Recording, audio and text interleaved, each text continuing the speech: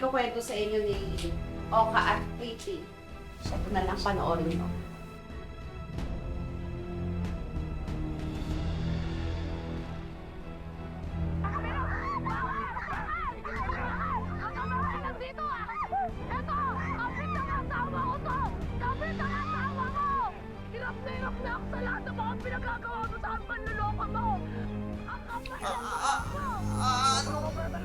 Ibig sabihin nito, bakit tinawag ni Pretty na asawa itong lalaking nasa video?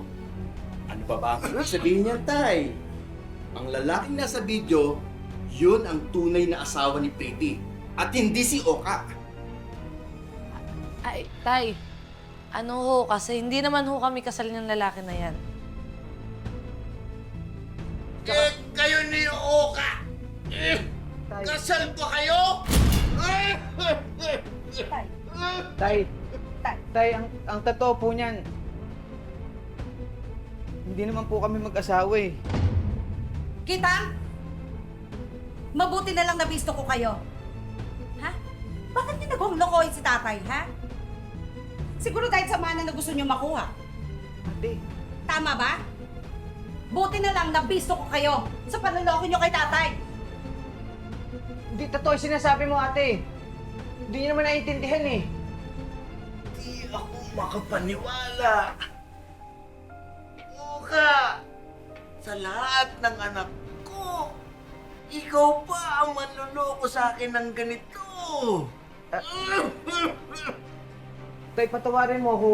Hindi ko naman sinasadya eh. Tsaka, hindi ko naman alam na... Hindi mo alam na ano. Hindi mo alam na mabibisto ko kayo. Oka, may sakit ako. At mamamatay na ako. At huling alaalang ibibigay mo sa akin ay kasinungalingan. Tay, Tay! ayan Tay, patawarin! Loko! Tay! Ate naman, bakit hindi na lang ako yung kinausap niyo? Bakit hinayaan niyo pa yung masaktan yung tatay natin? Para ano? Para makapagpalusot ka na naman. Mabuti na nalaman ni tatay yung mapait na katotohanan. Hindi totoo yan.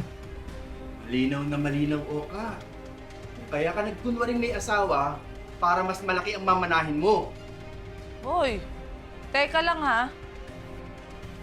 Alam niyo, wala kayong ibang bukang bibig, no? Mana, pera. Mukha kayong pera, no? Hoy, ang kapal ng mukha mo ng maner mo sa amin. Ikaw nga eh, kasapot ka sa panloloko sa tatay namin, di ba? Ewan ko nga sa'yo eh, kung bakit ka pumayag dito sa kapatid namin na ang pangit naman ito.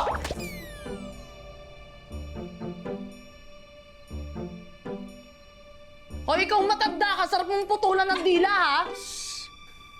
Kung baka matanda ka dyan, ito ka pangit eh. O di ba, patatulan mo dahil sa pera? Ate! Totoo naman ah, di ba? Huwag mo nang patulan yung mga kapatid ko. Huwag mo na kami patulan. Umuwi na kayo ng Maynila. Ha? Makakaalis na kayo. Matanda pala, ha? Halika na! Bakit? Okay ka. Pretty, pasensya ka na sa pamilya ko. Sa Maynila, hindi ka sinasabihan ng pangit. Hindi ako yun. Sino yun? Ikaw. Ako ba? Oo. Sandali lang, sandali lang. Sandali lang! Teka lang, kapatid mo yun. Yam, nakagati naman tayo. Bane.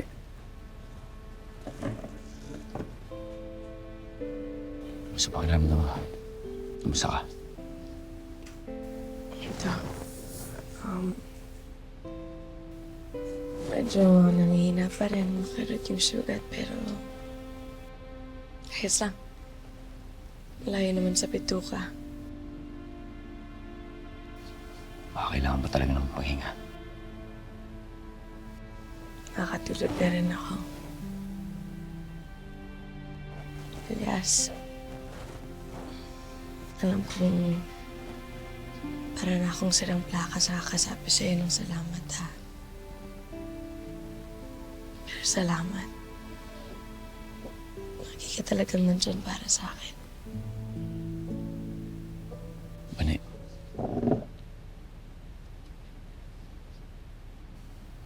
kailangan pang ulit-ulitin yung magpapasalamat sa akin. Nasa panganib ka. Tayo nasa loob ng bus, tayong lahat. Kaya ginawa ko kung anong tama. Mabuti na lang walang masamang nangyari sa'yo. Sigurado ako marami ka pang matutulungan.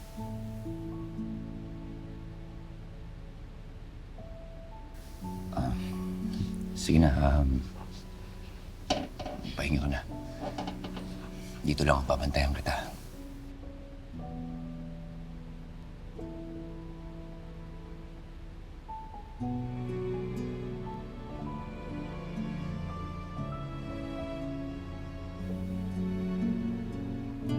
Sige na, pahinga ka na.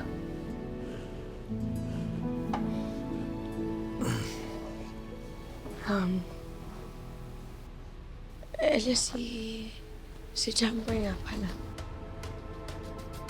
Kamusta?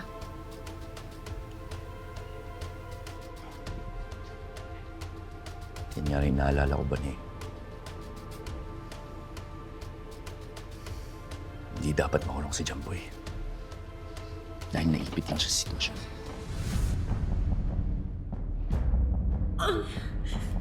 Pag-usapan po kasi namin sa grupo. Kukunin lang namin yung ransom. Pero pagkatapos yun, iwan na namin kayo ng buhay.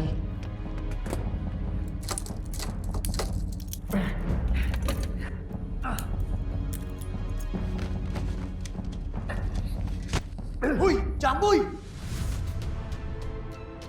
Elias, naintindihan ko si Jamboy eh. Ganon din ako noon. Makapit sa patalim para lang makuha eh. Pero masyado pa siyang bata para makulong. Ano yung kinabukasan niya? Elias, paano natin siya matutulungan? Kakausapin ko si Chief Ricarte. Tutuusin ba niya ginamit lang ng matatanda ng kasama niya ang kahinaan ni Jamboy. Pero sa huli, tinulungan niya pa rin tayo. Bani kung di dahil kay Jamboy, malamang mas marami pa rin namatay.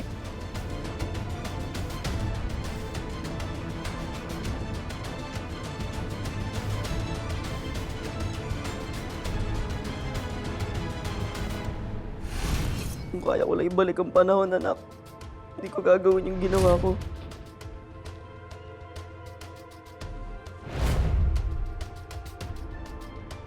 Dito po ba kayo para ipakulong na ako?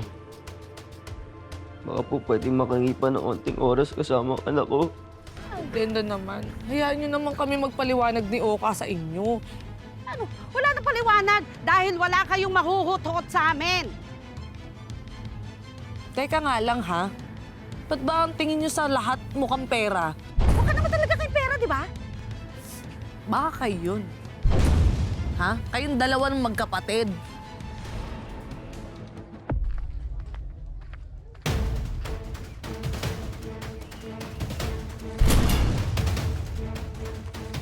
Yan yung nanay ng taong pinapahanap ni Boss Calvi.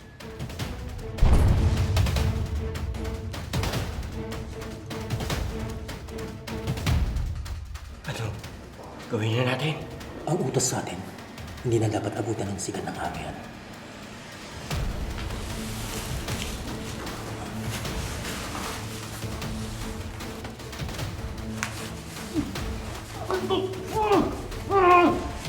Bakit?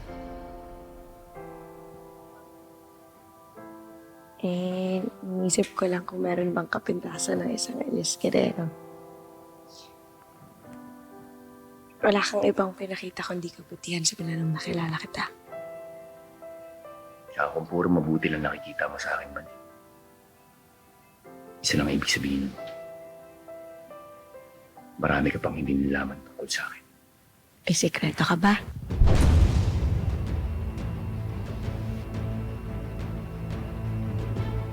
May tinatago ka?